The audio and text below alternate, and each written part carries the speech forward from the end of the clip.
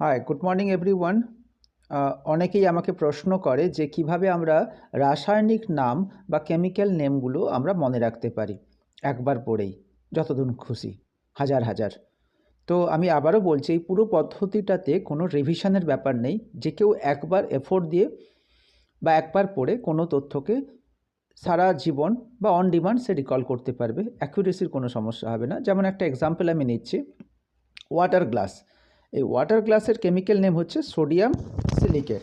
তাহলে sodium silicate এর রাসায়নিক নাম বলে দিলাম, কেমিক্যাল নেম। এর স্ট্রাকচার হচ্ছে Na2SiO3। এবার এই Na2টা কে Na মানে দুটো Na, তাই Na2। আচ্ছা, Siকে আমি সিলি লিখতে পারি, সিলিকনকে সিলি লিখতে পারি। আর ও হচ্ছে, ওকে আমি অক্স বানিয়ে নিলাম, আর 3কে ট্রি বানিয়ে নিলাম। আবারও বলছি, এই পুরো বিশ্বব্রহ্মাণ্ডে মনে রাখার যদি কোনো জিনিস আমাকে মনে রাখতেই হয়, তাহলে কিন্তু আমাকে সেটা ইমেজে ফরম্যাট করতে হবে, কারণ আমাদের হিউম্যান ব্রেন ল্যাঙ্গুয়েজ হচ্ছে ইমেজ। তো এই যে এটা কোনো সমস্যা নেই। Na2 মানে Na, এটা খুব বেশি আমাকে এফোর্ট দিতে হচ্ছে না।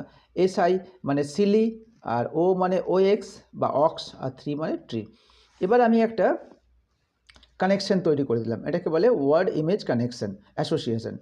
তো নানা, Na মানে নানা, তো নানা is giving water in a glass to a silly ox sitting on a tree. যদি আমি একটু ভিজুয়ালাইজ করার চেষ্টা করি, তাহলে নানা নানা কি করছে? গিভিং ওয়াটার, ওয়াটার দিচ্ছে। কাকে ওয়াটার দিচ্ছে? কিসে ওয়াটার দিচ্ছে? In a glass.